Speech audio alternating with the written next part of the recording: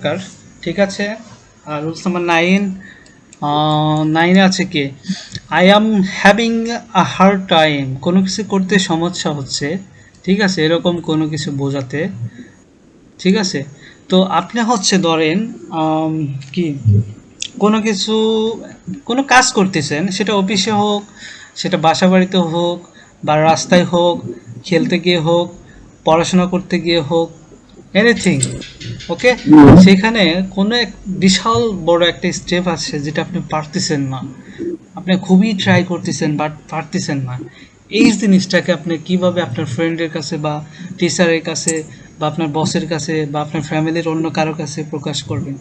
সেই কঠিন জিনিসটাকে প্রকাশ করতে এত সুন্দর একটা স্ট্রাকচার আপনার মনে রাখতে হবে, I am having a hard time, ঠিক আছে। শুধু যে আপনার পারিবারিক সমস্যা, ব্যক্তিগত সমস্যার কারণেই যে hard time, having a hard time use করতে হবে তা কিন্তু না, ঠিক আছে। মানে আপনার ইনস্ট্যান্ট কাজ করতেও সমস্যা হচ্ছে, আপনি সেটাও বলতে পারবেন, I am having a hard time, ঠিক আছে। তো কি করতে সমস্যা হচ্ছে সেটা এই টাইমের পরে বসাতে হবে। যদি সেই কাজটা চলমান কোনো কিছু বোঝায় সেক্ষেত্রে ভার্বের সাথে আইএনজি যুক্ত করবেন, আর যদি চলমান না বোঝায় সেক্ষেত্রে আইএনজি যুক্ত করার কোনো দরকার নেই, ঠিক আছে। জি। Okay, let's go practice. For example, I am having a hard time downloading song. ঠিক আছে, রাইট নাও আপনি হচ্ছে একটা একটা কি গান ডাউনলোড দিচ্ছেন, বাট ডাউনলোড কোনো কিছুতেই হচ্ছে না। সেক্ষেত্রে আপনি তো কাউকে জিজ্ঞেস করবেন অথবা ইউটিউবে সার্চ দেন, ঠিক আছে। তো এইটা যদি আপনি কাউকে বলেন সেক্ষেত্রে আপনি বলতে পারেন যে I am having a hard time downloading song, ঠিক আছে। ইনস্টেড অফ, এটা অন্যভাবে প্রকাশ করা যায় যে it is very difficult downloading song, okay, right. But Yes. I am having a hard time. This rules is the smart form. Okay, Yes. I'll spend 8 9. Yes.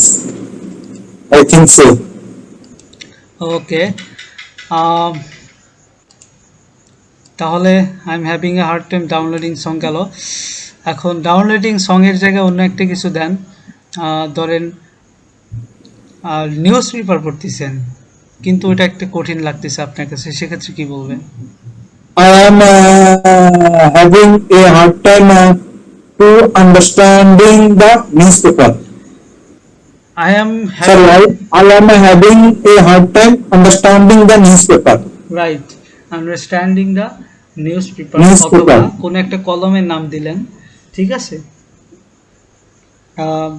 কলমের I নাম, am having a hard time reading the newspaper. হ্যাঁ, good, very good.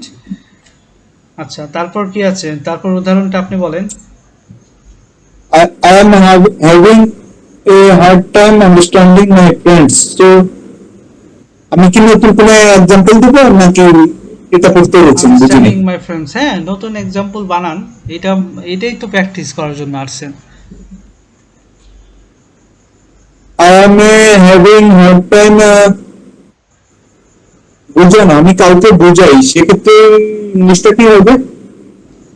কি, I am having hard time convincing my boss. মানে বাংলাটা বলেন দেখি। মানে আমি আমার বসকে বুঝাইতে সমস্যা হচ্ছে, আমার বসকে বুঝাইতে সমস্যা হচ্ছে। আচ্ছা, কনভিন্সিং দেওয়া যায়, হ্যাঁ।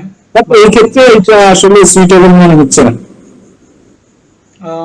এটা মানে প্র্যাকটিক্যাল কাজের ক্ষেত্রে মনে হয় এই জিনিসটা বেশি ইউজফুল আমার কাছে, যেটা মনে হচ্ছে যে আমি রাইট নাও কোনো কাজ করতেছি সেক্ষেত্রে এটা মনে হয়। জানি না স্যার, আপনার কি আমার সাথে আমার কি বোঝাটা ঠিক হচ্ছে না রং হচ্ছে? আপনার,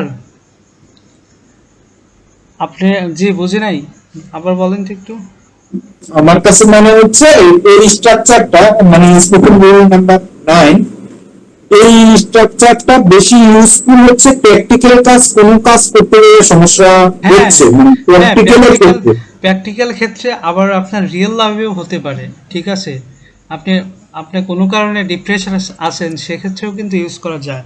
I am having hard, Please maybe this sentence বেশি ইউজফুল হচ্ছে, মানে মানে আমার করতে সমস্যা হচ্ছে, এটার জন্য আমি এক ধরনের বিরক্ত, এই সব ক্ষেত্রে এটা প্রকাশ করাটা এটা বেশি না না, স্মার্ট হবে। বিরক্ত বিরক্ত জিনিস না। ধরেন আমি এক্সাম্পল দিই, আমার আমার হচ্ছে রিয়েল লাইফ থেকে। যেমন আমি হচ্ছে ধরেন কয়েকটা হচ্ছে আমি চাকরি ট্রাই করেছি, ঠিক আছে, অনার্স কমপ্লিট কমপ্লিট করার পর কিন্তু হয়নি।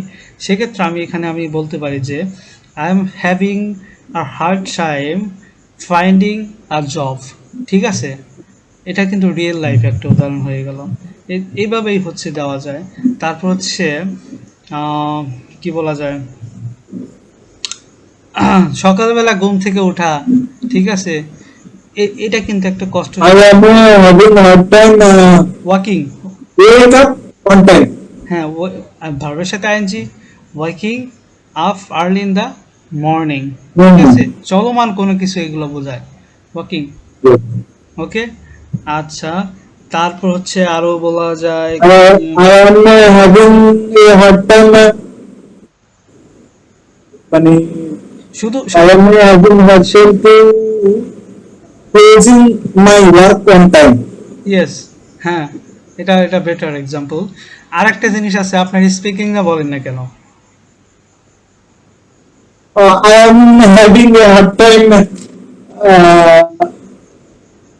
এটা কি বলা যায়? স্পিকিং ইংলিশ ফ্লুয়েন্টলি, আমি তো ফ্লুয়েন্টলি কথা বলতে পারছি Yes, না। right. I am having a hard time speaking English fluently. I right, am having a hard time speaking English fluently. Yes. হ্যাঁ, তাইলে কি, তাইলে আমরা কি বুঝলাম? শুধু প্র্যাকটিক্যাল জিনিস দিয়ে কিন্তু তা না, মানে বর্তমান মানে আমি করতেছি সেটার ক্ষেত্রে আমি I am having a hard time use করব, এটা কিন্তু না। আপনার জীবনের প্রত্যেকটা সমস্যা আপনি হচ্ছে এটা দ্বারা প্রকাশ করবেন। ওকে, Okay. শুধু মনে Yes, sir. রাখবেন, Understood. হ্যাঁ, শুধু মনে রাখবেন যে ওই আপনি যেটা প্রকাশ করবেন সেটার ভার্বটা কি। ওই ভার্বটা যদি ধরতে পারেন Right. তাহলে আপনার Right. সবকিছু ইজি হয়ে যাবে। Yes. যদি সেটা চলতেছে সেই ক্ষেত্রে আইএনজি যোগ হবে, আর যদি সেটা রেগুলার অভ্যাস হয় সেক্ষেত্রে প্রেজেন্ট ফর্ম হবে। এই তো ইজিলি মনে হয় এই দুইটাতে ইউজ হবে, প্রেজেন্ট এন্ড প্রেজেন্ট কন্টিনিউয়াস, এই হ্যাঁ দুইটা টেন্সে ইউজ হবে। হ্যাঁ